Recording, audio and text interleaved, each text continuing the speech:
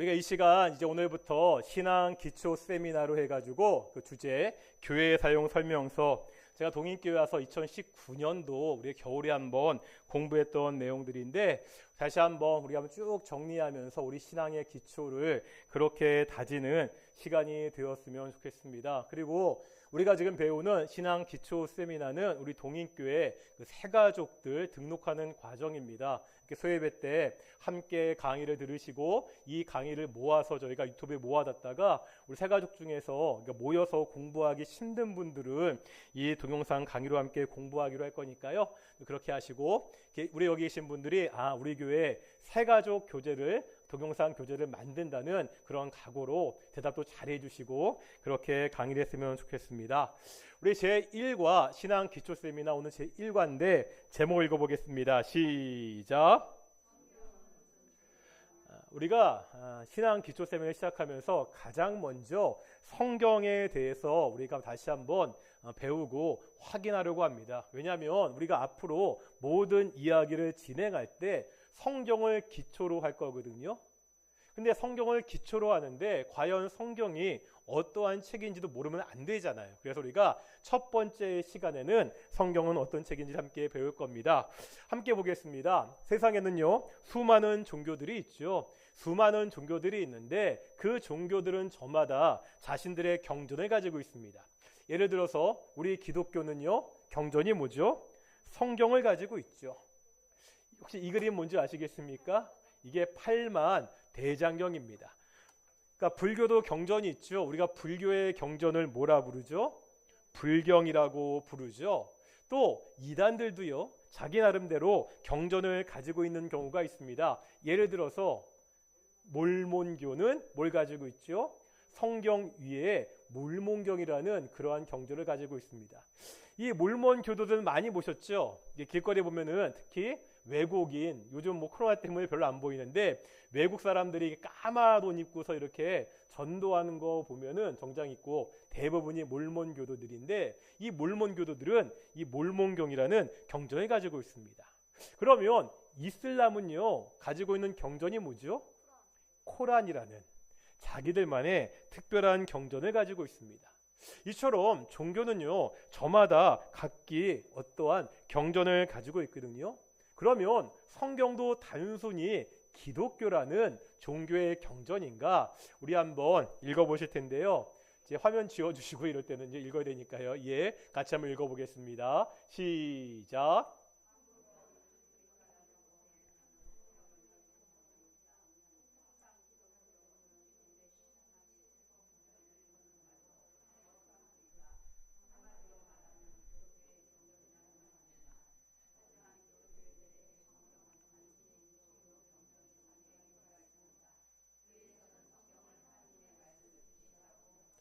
이게 중요합니다. 사실 성경 하면은요 믿지 않는 사람들요 세상 사람들은 어떻게 정의하죠? 불교에 불경이 있고 이슬람에 코란이 있는 것처럼 성경은 기독교라는 종교의 경전이다 이렇게 이야기합니다. 그런데 우리 믿는 사람들에게는 단순히 우리 종교가 어떤 것인지 보여주는 종교 경전 이상의 의미가 있습니다. 왜 그렇죠? 여기 보면 교회에서는 성경을 뭐라 이야기한다고요? 하나님의 말씀, 곧 계시라고 이야기합니다. 그렇다면 여기서 한 가지 우리 중요한 단어를 배우고 넘어가야 됩니다. 우리 1번 읽어보겠습니다. 시작. 우리가 성경을 하나님의 말씀, 계시라고 이야기하는데 사실 이 계시라는 말이 좀 오해를 주기 쉬운 단어입니다. 왜 그러냐면요 보통 계시라는 말 앞에 많이 붙이는 단어가 있습니다. 어떤 단어를 많이 붙인지 아세요? 특별계시도 있지만 그건 아는 사람들 얘기고 보통 직통계시다 그런 말 들어보셨죠? 직통계시 어떤 뜻이죠? 하나님한테 하나는 직접 계시를 받았다. 그래서 뭔가 난 특별한 사람이다 그런 것을 자랑하고 싶을 때 나는 하나님께 직통 계시를 받은 사람이다 그런 식으로 이야기합니다. 이러다 보니까 계시하면 딱 떠오르는 이미지가 뭐죠? 뭔가 환상을 보거나 뭔가 신비한 현상, 뭔가 우리가 인간이 이성적으로 경험할 수 없는 특별한 경험을 했을 때, 아니면 진짜 하나님이 꿈속에 나타나시거나 갑자기 음성이 들려서 덕종아 이렇게 이야기해야 계시라고 생각하는 경향이 있다는 거죠. 하지만 성경은 계시를 그렇게 이야기하지 않습니다. 예전에 한번 봤던 도표인데요. 세상에는 수많은 종교들이 있죠. 우리가 앞에서도 봤죠. 이슬람도 있고요. 또 불교도 있습니다. 또 어떤 종교가 있죠? 원불교도 있고요. 신도교도 있습니다. 우리가 사도신경 할 때 잠시 봤던 건데, 이 세상의 모든 종교들을 크게 둘로 나눌 수 있다고 말씀드렸습니다. 어떠한 종교와 어떠한 종교로 나눌 수 있다고 말씀드렸죠? 첫째는 상향 종교, 두 번째는 당연히 하향 종교겠죠. 무슨 뜻이죠? 상향 종교는 윗상, 방향할 때 향자죠. 다시 말하면 위로 향하는 종교다. 그러면은 하향 종교는 어떤 뜻이 되죠? 밑으로 향하는 종교다. 이럴 때 위와 밑에 무슨 의미가 있냐는 거죠. 보통 신이 하늘 위에 있다고 이야기하잖아요. 그리고 인간이 아래에 있다고 이야기합니다. 그러면 상향 종교는 어떤 종교겠습니까? 밑에 있는 인간이 위에 있는 신을 찾아가는 종교, 이 종교가 뭐라고요? 상향 종교. 그러면 하향 종교는 뻔하죠. 하향 종교는 뭐죠? 위에 있는 신이 인간을 찾아오는 종교가 하향 종교입니다. 다시요. 상향 종교는 인간이 신을 찾는 종교고, 하향 종교는 뭐라고요? 신이 인간을 찾으러 내려온 종교입니다. 그렇다면 다음 질문은 너무나 명확하죠. 우리가 믿는 기독교는 1번 상향 종교다, 2번 하향 종교다. 우리 기독교는 어떤 종교라고요?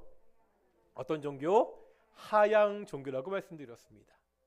모든 종교는요, 이야기할 때 인간이 자신들의 필요에 의해서 신을 찾는다고, 신을 찾아간다고 이야기합니다. 하지만 기독교는 그렇게 말하지 않습니다. 인간은 죄 때문에 하나님을 찾을 수조차 없는 존재가 되었습니다. 무한하신 하나님께서 유한한 인간을 찾아오셔야 됩니다. 그러기에 기독교는 신이 인간을 찾아온 하향 종교다, 그렇게 이야기합니다. 그런데 이때 하나님이 인간을 찾아왔을 때, 인간을 찾아오셔서 자기가 누구인지를 보여주는 그 사건을 뭐라 부르는 거예요? 그게 바로 계시라는 거예요. 그러니까 계시라는 것은 무슨 특별한 어떠한 신비한 현상만을 이야기하는 것이 아니라 하나님께서 인간을 찾아오셔서 자신이 누구인지 보여주는 모든 사건들을 다 우리가 계시라고 부릅니다. 그래서 한번 우리 2번 읽어보겠습니다. 시작.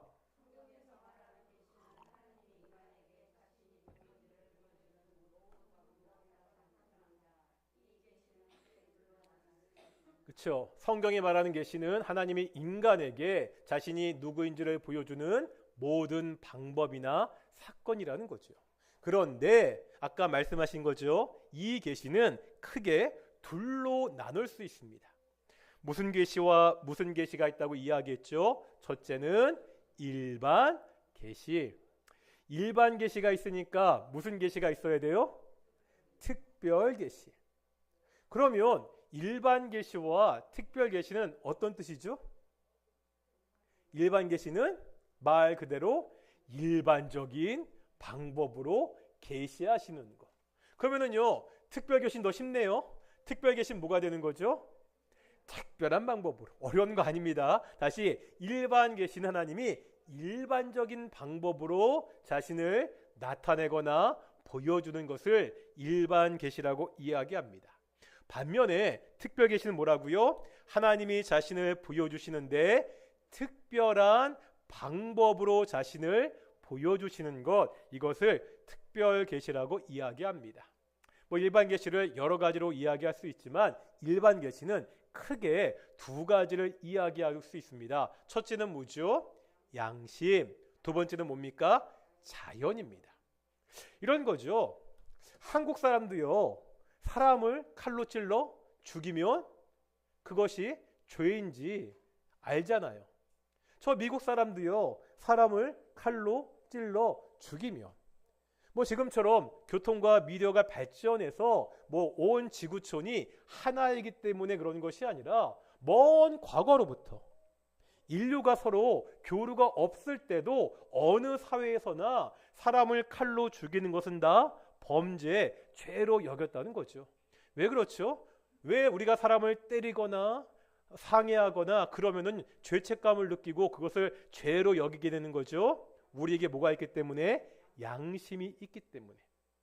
그러니까 양심이 있다는 것은 무엇인가 죄로 인식한다는 것은 이게 죄구나, 죄가 아니구나, 그 기준이 있다는 거죠.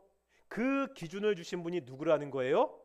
그렇죠. 우리는 양심이라는 것을 통해서 이 양심이 어디에 있는지, 내 마음에 있는지 내 머리에 있는지 모르겠지만 우리 안에 있는 양심이라는 것을 통해서 죄가 무엇인지를 우리에게 이야기하는 기준이 있구나, 이것을 알게 된다는 거죠. 우리가 양심을 통해서 어렴풋이 이러한 기준을 주신 신이 존재하는구나, 그것을 알 수 있다는 겁니다. 그러기에 양심이 하나님의 존재를 보여주는 한 가지 방법, 일반 계시가 될 수 있다는 거죠. 두 번째는 뭐라고요? 자연. 자연은 왜 그렇죠? 하나님이 창조하신 이 자연을 보면서 너무나 놀랍고 너무나 아름다운 자연을 보면서 이렇게 아름다운 자연을 만든 분이 계시는구나. 이 아름다운 자연을 통해서 우리가 창조주를 느끼고 생각할 수 있다는 거죠. 그러니까 자연도 하나님께서 우리들에게 하나님을 인식할 수 있도록, 하나님을 알 수 있도록 주신 하나의 계시의 방법이라는 겁니다.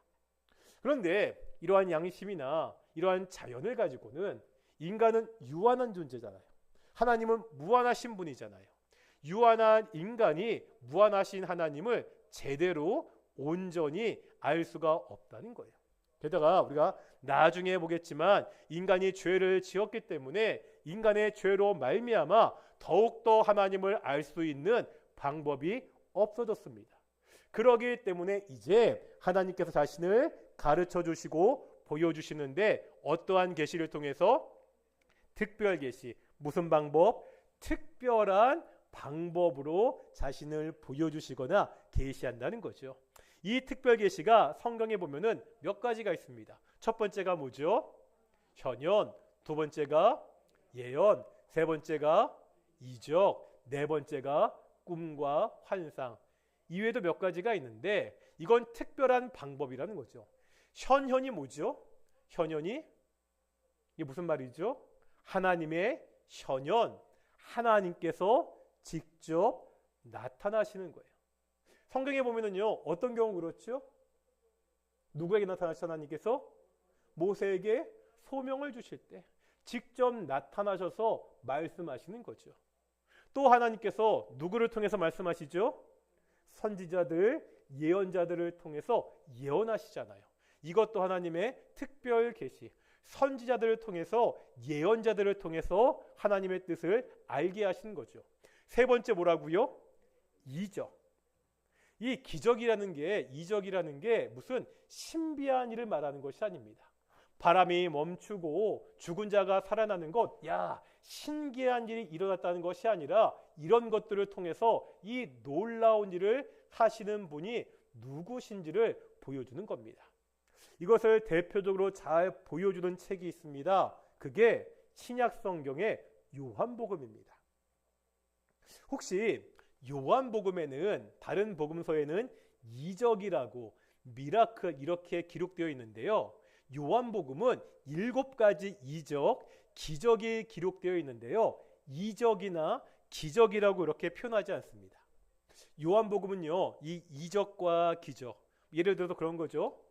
돌로, 그게 아니라 오병이어 사건 같은 것들요. 그렇죠? 풍랑을 잠잠케 하는, 그다음에 죽은 사람을 살리는, 그러한 이적과 기적을 보여주고 그걸 뭐라 부르죠? 요한복음에서는요. 혹시 기억나시나요?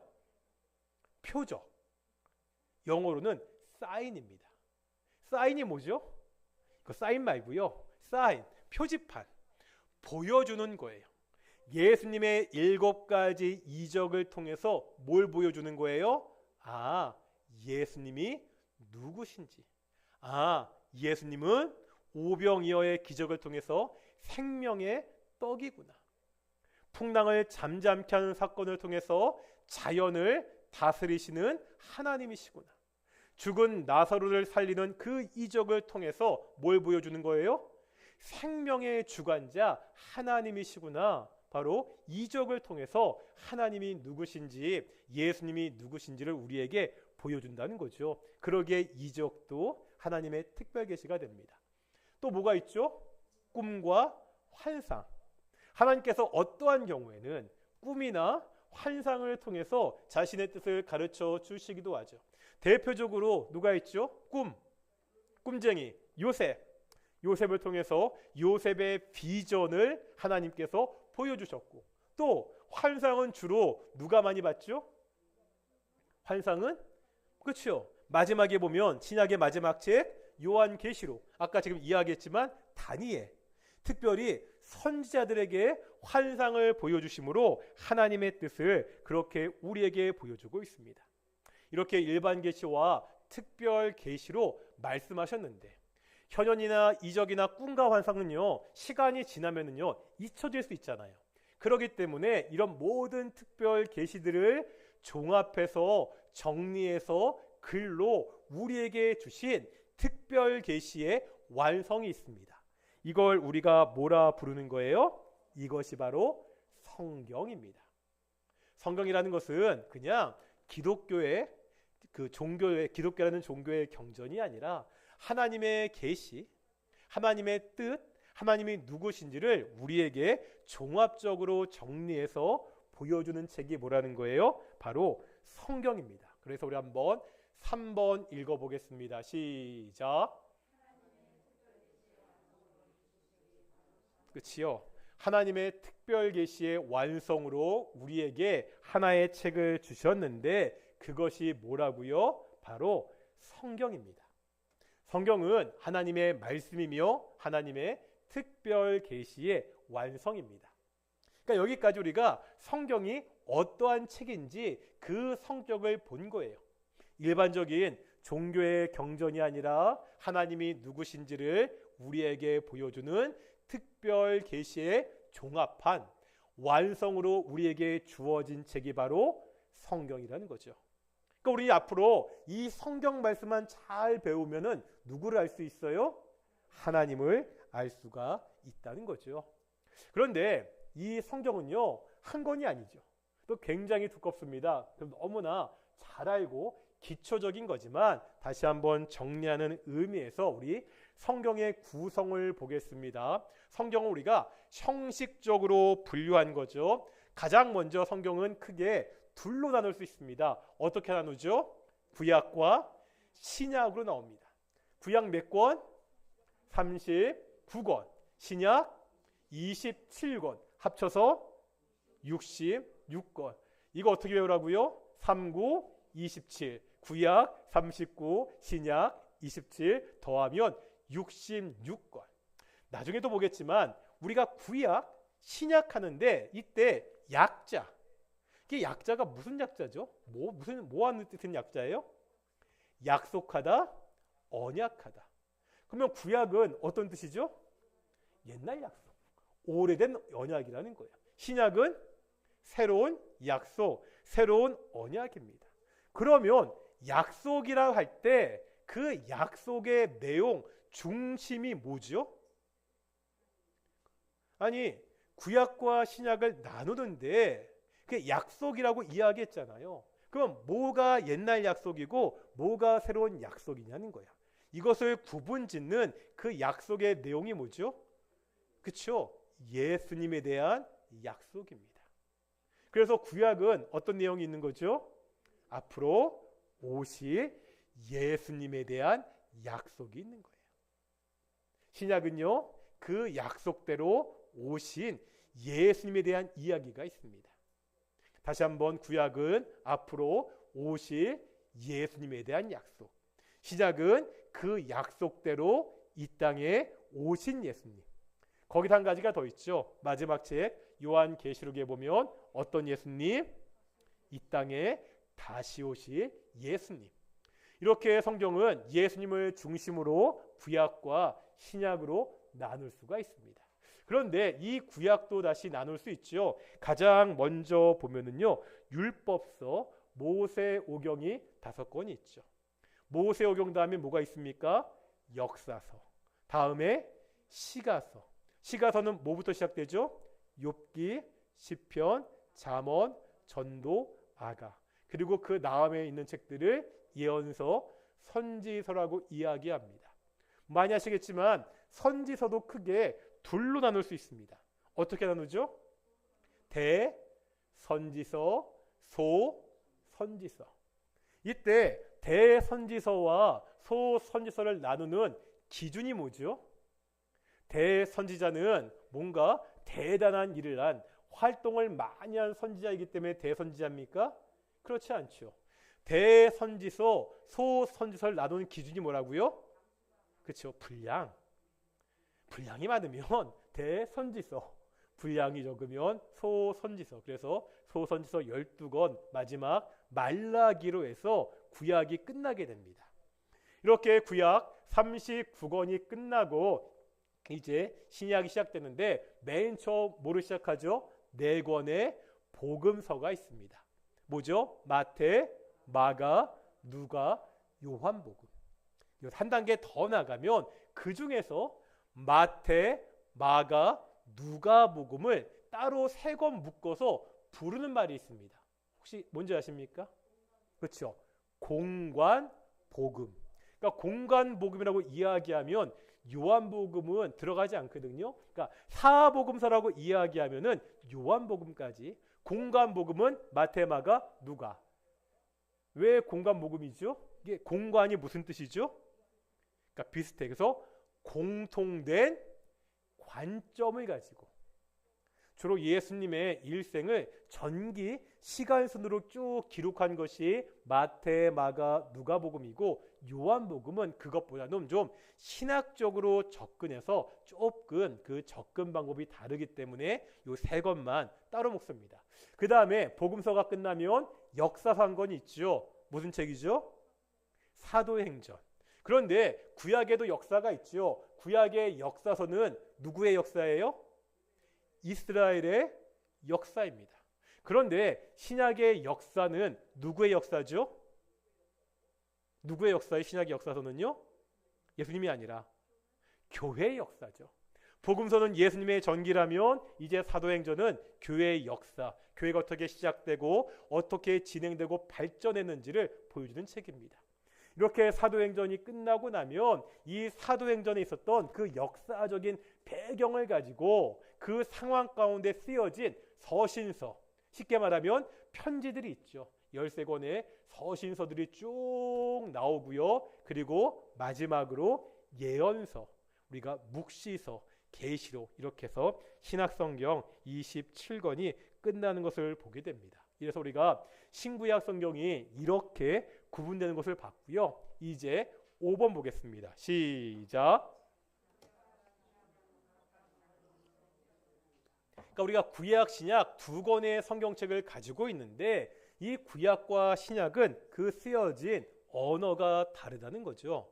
구약 성경은 주로 어떠한 언어로 쓰여졌죠? 시브리어, 그리고 약간의 아람어가 있습니다.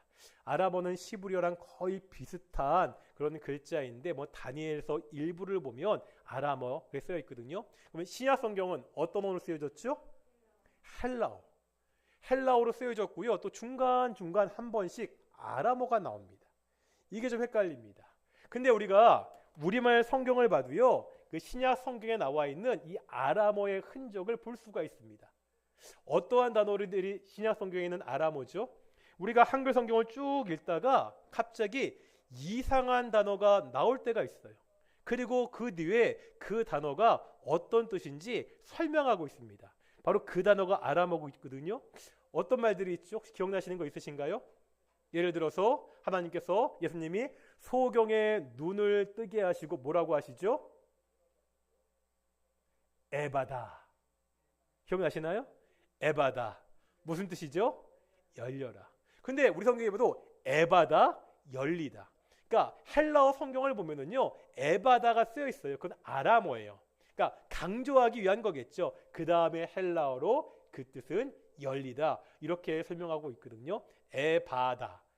제가 농담인데 다른 얘기지만 가다가 제가 간판을 봤는데 어떠한 병원인데요. 그게 에바다라고 이름이 돼 있더라고요. 근데 재미난 게 그 병원이 어떤 병원인지 아시겠습니까? 성경적으로 보면은요, 에바다 병원 하면은요, 무슨 병원이 돼야 돼요? 소경의 눈을 뜨게 했으니까 뭐가 돼야 돼? 안과가 돼야 되지. 그런데 에바다 산부인과. 야, 발음은 맞는데 조금 이상하더라고. 이 사람이 성경을 아는지 모르는지 좀 헷갈리더라고요. 어쨌든 되게 웃기죠. 그래서 에바다 산부인과. 야, 좀 이상하다. 정말 성경을 좀 제대로 알았으면 에바다 안과가 돼야 될 텐데. 그런 거 본 적이 있었는데요. 또 에바다 말고 비슷한 말이 있죠. 이런 식으로 진행되는 말. 또 어떤 말이 있죠? 읽다 보면은 시장 읽다 보면은요. 에바다 말고 소녀야 일어나라. 뭐죠? 달리다 쿰. 또 있는데 이런 거 비슷한 것도. 예수님이 십자가에서 뭐라 말씀하시죠? 엘리 엘리 라마 사박다니. 나의 하나님 나의 하나님 어찌하여 나를 버리셨나이까. 그래서 우리가 신약 성경은 헬라어로 돼 있는데 그 중간중간 아람어로 강조하는 것을 볼 수 있습니다. 6번 보겠습니다. 6번입니다. 시작.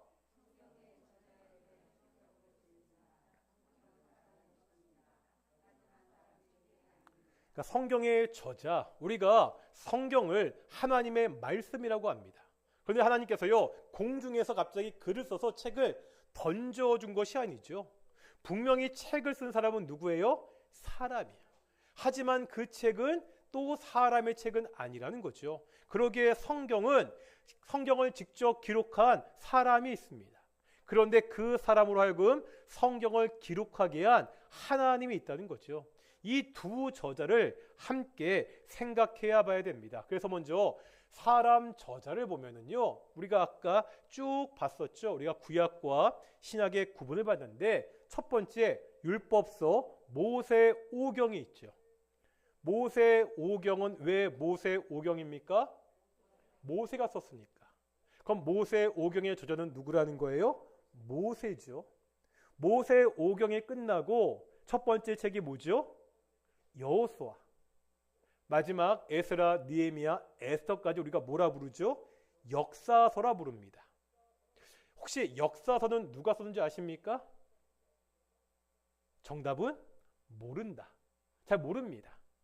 뭐 중간중간 사무엘이 쓴 것도 있고 에스라가 쓴 것도 있을 것이다 이야기하지만 이 역사서의 저자는 누군지가 명확하지 않다는 게 신학적 입장입니다. 그 다음 시가서가 있죠. 시가서, 욥기, 시편, 잠언, 전도, 아가. 시가서의 저자는 누구죠? 딱 욥기는 잘 모릅니다. 그 다음에 시편의 저자는 누구죠? 다윗이 많이 썼고, 그 다음에 솔로몬도 썼고요. 그 다음에요, 좀 특이한 시가 있습니다. 시편 90편은 가장 오래된 시인데 왜 가장 오래된 시죠? 누가 썼기 때문에? 모세가 썼습니다. 모세가 쓴 시편도 있고요. 다음 잠언, 전도, 아가서는 누가 썼다고 일반적으로 이야기하죠? 솔로몬이 썼다고 이야기합니다. 다음 선지서는 누가 썼지요? 그 책의 제목이 바로 선지자고, 선지자 그 사람이 썼겠죠. 예레미야서는 예레미야가 썼고, 말라기는 말라가 쓴 거 아닙니다. 가끔 말라기 하면은 말라기까지가 선지자 이름이에요. 말라기 선지자가 썼고, 그러니까 선지서는 그 책의 이름이 저자라는 것을 알 수 있고요. 다음 복음서의 저자는 누구죠? 마태복음은 마태가, 누가복음은 누가가. 역시 그 복음서의 이름이 그 책의 저자가 되는 거고요. 신약의 역사서가 뭐라 말씀드렸죠? 사도행전. 사도행전은요 1장 1절에 누가 썼는지 분명히 나오고 있죠. 사도행전 누가 썼습니까? 아니죠. 사도바울 안 써요. 사도바울 쓴 거 아니 이럴 줄 알았다니까. 사도행전은 누가 썼습니까? 누가가 썼다니까요. 답을 다 얘기했는데 누가 썼다고요? 누가가. 그래서 누가가 2권의 책을 썼습니다. 누가복음, 사도행전. 그리고 서신서를 보면은요, 서신서의 앞부분에 많은 책들은 바울이 썼죠. 그리고 어떤 책들은 다른 사도들이 썼고, 그래서 다른 사도들이 쓴 책은 예를 들어서 유다서, 베드로 전서하면은요 저자가 누구예요? 베드로, 그 다음에 유다가 저자가 되는 거죠. 그런데 디모데 전서하면은요 저자가 누구예요? 디모데가 아니죠. 바울이 디모데에게. 그래서 앞에 로마서부터 쭉 가서 시브리서를 뭐 바울의 저서로 치는 사람도 있고 안 치는 사람도 있는데 어쨌든 그 앞에 있는 바울 서신들은 다 바울이 디모데에게 개인에게 쓴 편지도 있고요. 바울이 에베소 교회에 쓴 편지도 있고 그 뒤에 있는 야고보서나 베드로 전후 요한 1, 2, 3선 누가 썼습니까? 바로 그 책의 그 제목, 그 저자가 썼고요. 마지막 예언서 한 권 있죠. 뭐죠? 요한계시록. 누가 썼다고요? 요한, 사도 요한이 썼다고 이야기합니다. 그래서 요한계시록을 사도 요한이 썼다고 이야기하면 신약 성경에는요 사도 요한이 쓴 성경책이 5권 있습니다.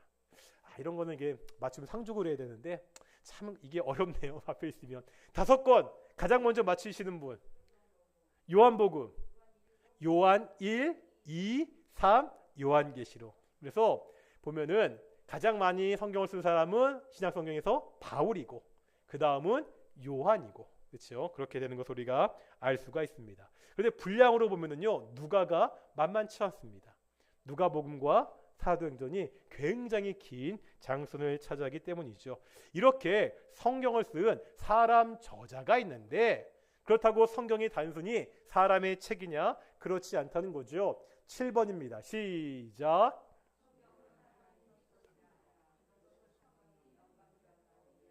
그렇죠. 성경은 사람이 썼지만 그 사람을 하나님이 영감해서 감동해서 쓰게 했다는 거죠. 디모데후서 3장 16절 시작.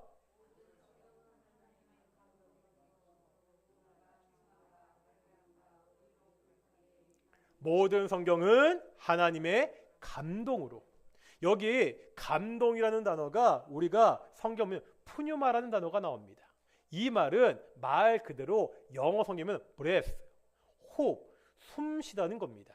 그러니까 하나님께서 숨을 쉬는 거예요. 누구한테? 모세에게, 마태에게, 요한에게. 그래서 제가 이것을 이런 그림으로 설명해 드린 적이 있습니다. 지금 호수 위에 배가 있죠. 이 배의 특징은 돛을 달았습니다. 돛담배의 특징은 뭐죠? 바람에 따라 이 배가 움직이는 거죠. 그럼 여기서 이 돛담배는 누구예요? 성경의 저자야. 요한이고 모세고 바울입니다. 그런데 이 돛담배, 이 성경의 저자들한테 누가 바람을 불어 넣으시는 거예요? 하나님이 후 바람을 불어 넣으시는 거예요. 요한이나 바울이나 모세가 글을 쓸 때, 모세는 좀 다를 수가 있어요. 직접 하나님이 계시를 받았으니까.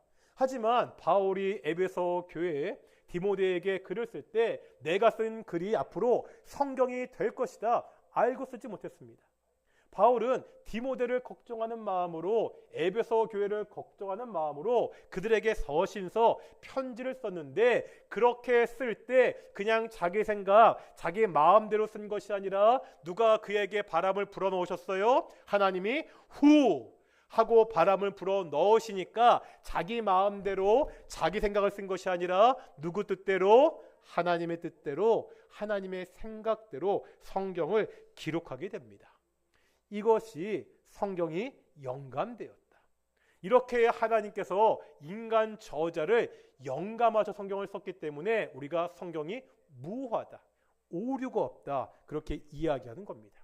단순히 사람이 있었으면 오류가 있겠죠. 실수가 있겠죠. 하지만 하나님이 그 사람 가운데 역사하셨기 때문에 그 성경에는 오류가 없다고 우리가 성경 무호성을 우리가 주장할 수 있게 되는 겁니다. 그렇다면 우리 8번입니다. 시작. 성경을 기록하신 목적이 뭐냐? 이건 제가 설교 시간에 정말 여러 번 말씀드린 거니까 그래도 한번 우리 디모데후서 3장 15절부터 17절까지 보겠습니다. 시작.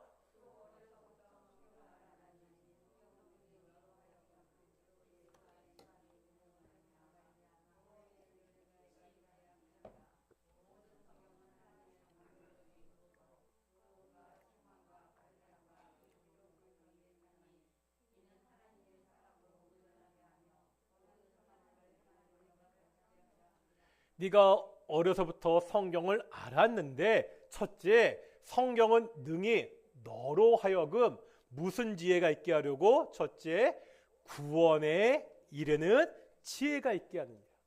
성경의 첫 번째 목적은 뭐죠? 우리로 하여금 구원에 이르는 지혜를 갖게 하는 것. 어떻게 구원받을 수 있는지를 알려주는. 그러면 성경이 말씀하는 구원에 이르는 지혜는 누구죠? 뭐죠? 예수님. 그러니까 성경이 결국 구원에 이르는 지혜, 예수님을 우리에게 보여주고 가르쳐 주기에 쓰여졌습니다. 이것이 첫 번째 목적입니다. 그렇게 우리가 예수님을 통해서 구원을 받는데 이제 그렇게 구원을 받았으면 17절 이제 하나님의 사람이 되었잖아요. 하나님의 사람으로 어떻게 온전하게 하고 행할 능력을 갖추게. 이런 거죠. 구원받지 못한 사람들이 성경을 통해서 이제 우리가 예수님을 믿고 구원을 받아야 되는구나. 이것을 깨달아 알게 되는 거예요. 그래서 예수님을 믿고 구원을 받았습니다. 이것이 성경의 기록의 첫 번째 목적이야. 그렇게 구원을 받았어. 그러면 그 사람이 누가 됐어요? 17절의 표현대로 하면 하나님의 사람이 되었어. 이제 우리가 구원받은 하나님의 자녀, 하나님의 자녀가 되었구나. 그러면 우리가 하나님의 사람으로 어떻게 온전하게 살아가야 되는지, 어떻게 선한 일을 행해야 되는지 그것을 가르쳐 주는 것. 첫째는 구원에 이르는 지혜, 두 번째는 하나님의 사람으로 살아가는 방법을 가르쳐 주기 위해서 성경이 기록되어 있습니다. 그러니까 우리가 성경을 읽을 때마다 항상 이 두 가지를 찾아야 돼요. 하나님이 구원을 위해서 우리에게 이렇게 일하셨구나. 두 번째 뭐죠? 그렇게 우리에게 구원을 주신 하나님이 우리가 이렇게 살기를 원하시는구나. 우리가 성경을 읽고 묵상할 때마다 끊임없이 이 두 가지 성경 기록 목적을 생각하면서 성경을 읽어야 됩니다. 성경을 읽을 때 이것만 잘 찾아서 읽어도요, 다 성공하는 겁니다. 우리가 이렇게 해서 우리가 성경의 기록 목적을 봤고요. 이제 9번입니다. 읽겠습니다. 시작.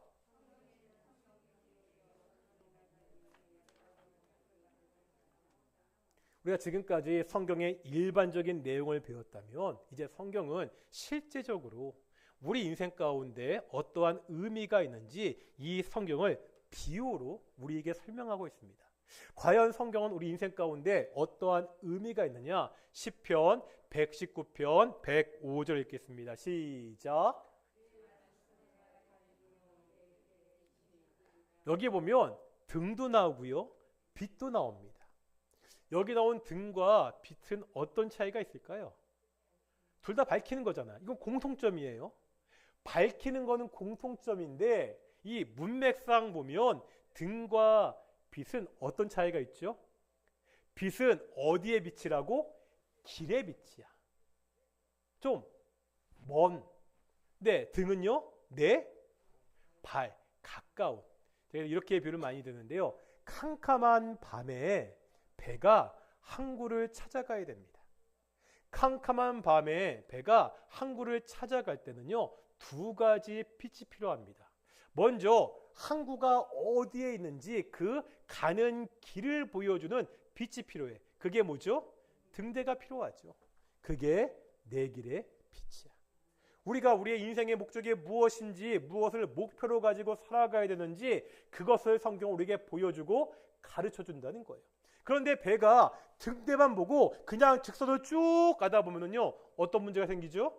밑에 암초가 있으면 암초에 걸려서 좌초하고 맙니다. 그러니까 빛을 보고 가되 어떻게 해야 돼요? 항상 밑을 봐야 되는 거야. 전조등이 있어야 되는 거야. 그게 뭐라는 거죠? 내 발의 등이라는 거죠.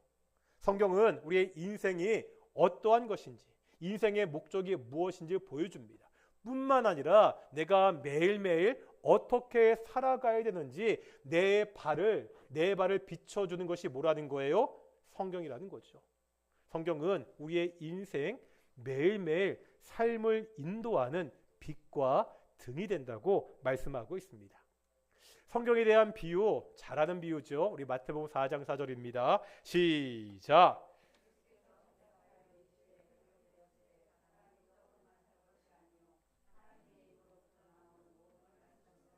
그렇죠. 사람이 떡으로만 사는 것이 아니라 뭘로? 말씀으로. 내 영혼의 양식. 우리가 밥을 먹지 않으면 점점 몸이 약해지고 병드는 것처럼 우리가 하나님의 말씀을 꾸준히 섭취하지 않으면, 먹지 않으면 우리의 신앙은 결코 자랄 수 없습니다. 제가 항상 말씀드리는 게 있죠. 우리가 믿는다고 이야기할 때, 야, 하나님 말씀 믿어야지, 그냥 덮어놓고 믿어, 하나님의 말씀이니까. 하지만 믿음은 덮어놓고 믿는 것이 아니라 뭐라고요? 펼쳐놓고. 무슨 뜻이야? 성경을 읽어야, 성경을 배워야, 영혼의 양식인 이 성경을 펼쳐놓고 읽고 배워야 우리의 신앙, 믿음이 자랍니다. 다시요. 믿음은 덮어놓고 믿는 것이 아니라 성경을 펼쳐서 읽고 배울 때 우리의 믿음이 자랄 수 있다고 성경은 말씀하고 있습니다. 이제 마지막 보겠습니다. 에베소서 6장 17절 시작. 여기 하나님 말씀을 뭐라고 이야기하죠? 성령의 검이라고 이야기합니다. 히브리서 4장 12절입니다. 시작.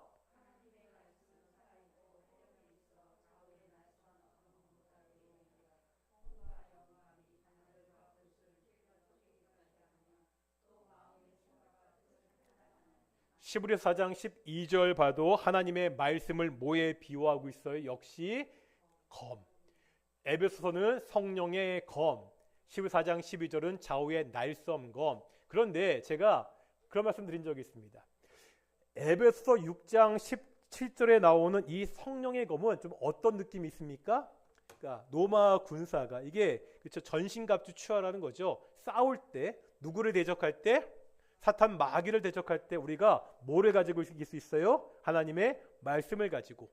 이걸 가장 잘 보여주신 분이 누구죠? 예수님. 언제?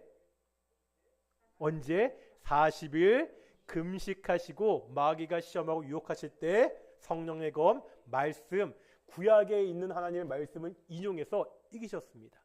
뿐만 아니라 또 성경은 칼인데 히브리서 4장 12절의 칼은 이 공격용, 이 군인, 용사가 가지는 칼의 느낌이 아니야.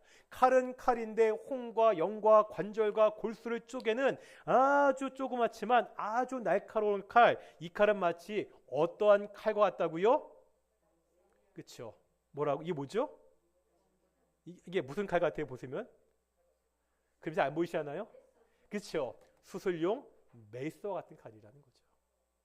하나님의 말씀은 마귀를 대적하는 그러한 큰 칼도 되지만 우리의 가장 아픈 곳, 우리의 가장 악한 곳을 찔러 쪼개는, 우리의 마음을 찔러 쪼개서 하나님 앞에 나아가게 하는 메스와 같은, 우리의 가장 아픈 곳을 수술로 치료하는 메스의 역할을 하는 것이 바로 또한 하나님의 말씀인 것을 그렇게 이야기하고 있습니다.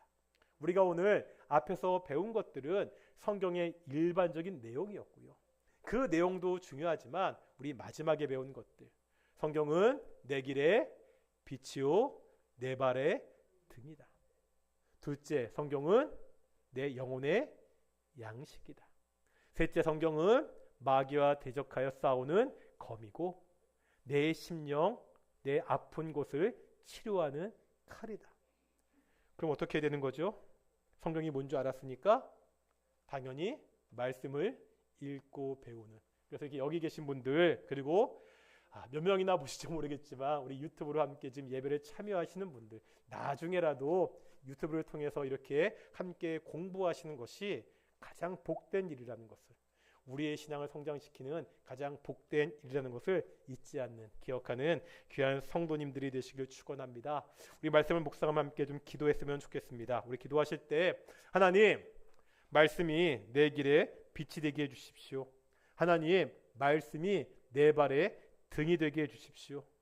어떠한 사탄의 유혹도 말씀으로 이기게 하시고 내 아픈 상처 오직 하나님의 말씀으로 치료되게 해주십시오. 그러기 위해서 내가 영혼의 양식을 하나님 말씀을 매일같이 듣고 배우고 먹을 수 있도록 말씀을 더욱더 가까이 하는 성도가 되게 해달라고 우리 함께 기도 나아가겠습니다. 함께 기도하시겠습니다. 거룩하고 존귀하신 아버지 하나님,